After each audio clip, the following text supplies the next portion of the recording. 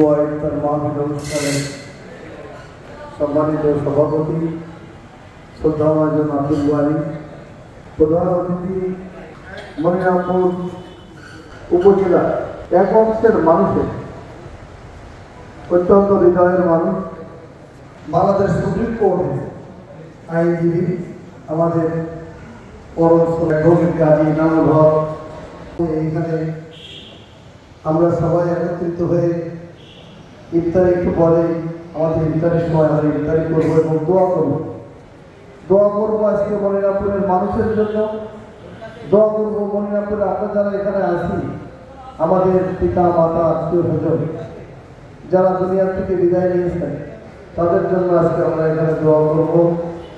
যারা আমাদের শুধু যশোর জেলা না, সারা বাংলাদেশ থেকে, সারা পৃথিবী থেকে যে সমস্ত মুমিনা মুসলিমা দুনিয়ার থেকে বিদায় নিয়েছেন তাদের জন্য আজকের এই রমজান মাস বিশেষ করে আমরা দোয়া করব।